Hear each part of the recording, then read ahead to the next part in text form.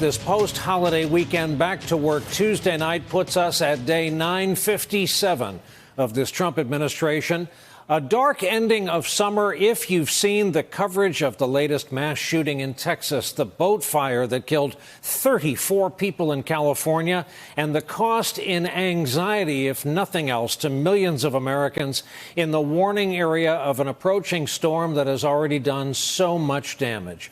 And now two new pieces of journalism that point out the disaster of a summer it was for this president. Susan Glasser of The New Yorker writes that, quote, while Trump's performance raised many questions that we can't answer about just what is going on in his head, it was also revelatory. The 31 days of August 2019 turn out to be an extraordinary catalog of Trump's in-our-faces meltdown.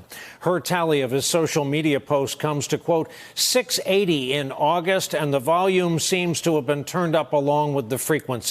Today's Trump is more overtly confrontational and more casually incendiary. That was evident today as Trump weighed in on multiple topics, from Hurricane Dorian to the Justice Department's Inspector General report on James Comey. Seemed to be responding to a new report indicating his trade war is hurting American manufacturers, while revealing his concerns about re-election. Quote, we are doing very well in our negotiations with China, while I am sure they would love to be dealing with a new administration so they could continue their practice of rip-off USA. 16 months plus is a long time to be hemorrhaging jobs and companies. Think what happens to China when I win. China's supply chain will crumble and businesses, jobs and money will be gone. Keep in mind that a new 15% tariff on a range of Chinese imports just went into effect this past Sunday.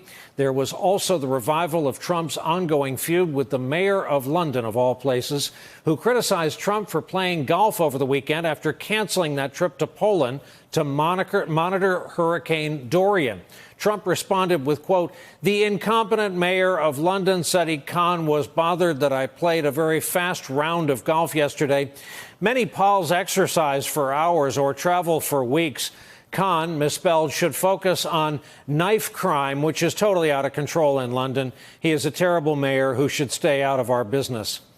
Trump's summer has included a number of controversies of his own making. Phil Rucker of the Washington Post, who joins us in just a moment, notes that many White House officials publicly cite Trump's July 4th event on the Mall in Washington, rain notwithstanding, and the meeting at the DMZ with North Korean dictator Kim Jong-un as major achievements.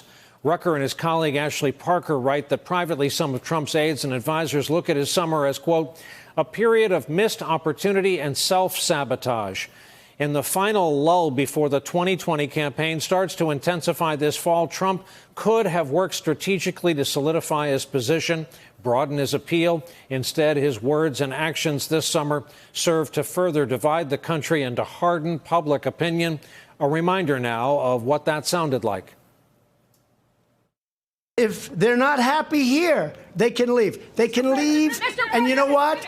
I'm sure that there'll be many people that won't miss them. I think the responsibility is the people that have run Baltimore for so many years, obviously headed up by Elijah Cummings. They've run Baltimore into the ground. What do you say to your critics that believe that your rhetoric that is emboldening white nationalists and inspiring this anger? So my critics are political people. I had it with Sherrod Brown, he and the mayor, Nan Wally. They're very dishonest people. Jay Powell should be cutting rates because every country all over the world is cutting. I'm prepared for everything. I don't think we're having a recession. We're doing tremendously well. Our consumers are rich. China's had the worst year they've had in 27 years. I'm not ready to make a deal unless they're going to make the right kind of a deal. If you vote for a Democrat, you're very, very disloyal to Israel and to the Jewish people.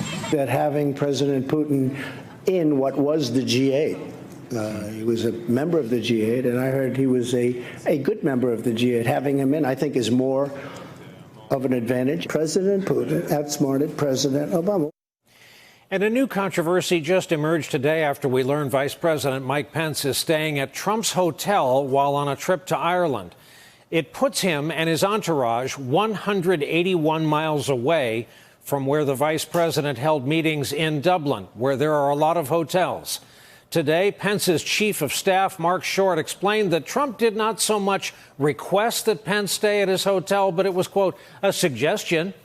Pence is paying for family members traveling with him, but taxpayers are paying for the tab for the vice president's staff, the Secret Service, and, of course, the trips by helicopter that the faraway venue makes necessary. Here is how the vice president explained his decision to stay at a Trump property. If you have a chance to get to Doonbeg, you'll find it's a fairly small place. And the opportunity to stay at Trump National in Doonbeg to accommodate the unique footprint that comes with our security detail and other personnel made it logical. Hey there, I'm Chris Hayes from MSNBC. Thanks for watching MSNBC on YouTube. If you want to keep up to date with the videos we're putting out, you can click subscribe just below me or click over on this list to see lots of other great videos.